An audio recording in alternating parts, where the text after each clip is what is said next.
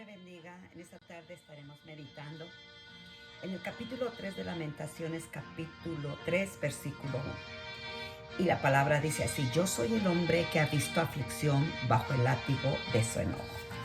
Estas son las palabras del profeta Jeremías. Y vamos a estar examinando sus palabras, ya que al leer la palabra muchas veces yo me identifico con las emociones y los sentimientos que este hombre estaba sintiendo en ese momento de aflicción tan duro que estaba viviendo. Ya que vemos que en los capítulos anteriores está hablando de la aflicción del pueblo, de la condición y el sufrimiento del pueblo. Pero aquí le está expresando sus emociones, sus sentimientos y cómo se sentía.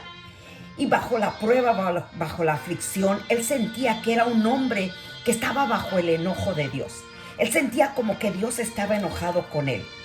Dice que él se sentía que estaba siendo guiado en oscuridad y no en tinieblas. Como que Dios no estaba iluminando el caminar del profeta.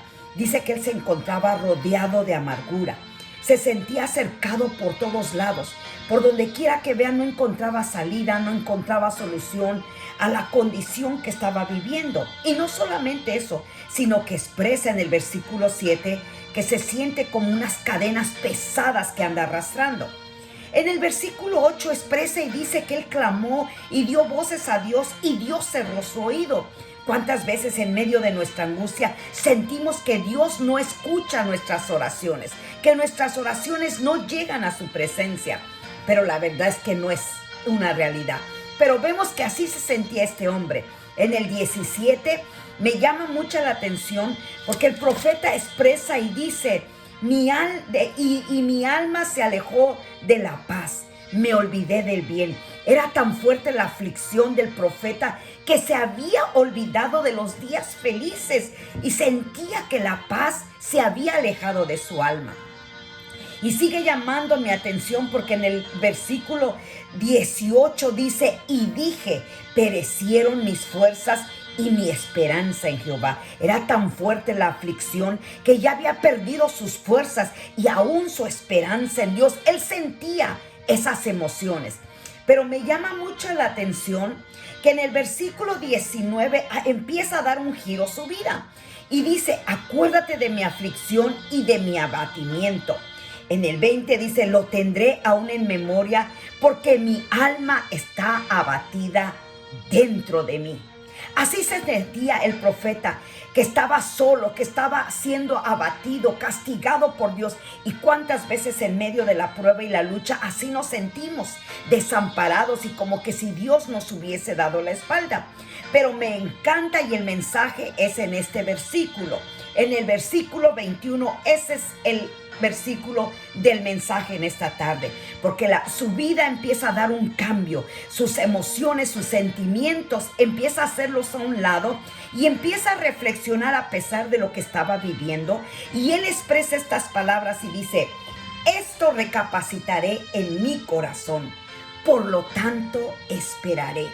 Y déjame decirte, era lo mejor que podía hacer el profeta, esperar en Dios. Y declara esta palabra que yo deseo que tú declares en esta tarde, tú que estás pasando por momentos difíciles.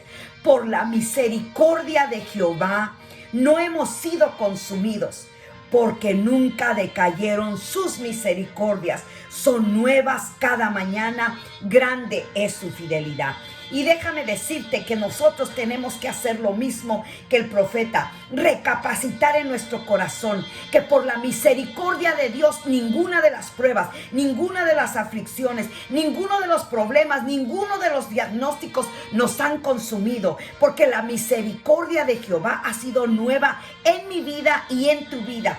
Y que su misericordia nunca ha decaído. La palabra nos habla y nos enseña que su misericordia es más grande y más alta que los cielos. Y una de las cosas que dice: por lo tanto esperaré.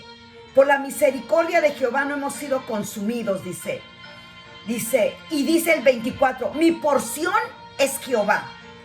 dijo mi alma. Eso es lo que tu alma y mi alma tiene que decir. Nuestra porción es Dios y por lo tanto en Él esperaré. Déjame decirte que vale la pena esperar en Dios. Hay momentos en los que tenemos que estar esperando confiadamente y plenamente en Dios. Si no, pregúntale a David cuando expresó en el Salmo 40, que dice: pacientemente esperé a Jehová.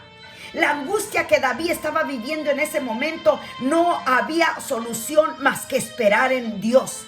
Pero esperar es no que no hagamos nada, sino que tenemos que esperar clamando a Dios. Porque David lo dice en este salmo: se inclinó a mí y oyó mi clamor.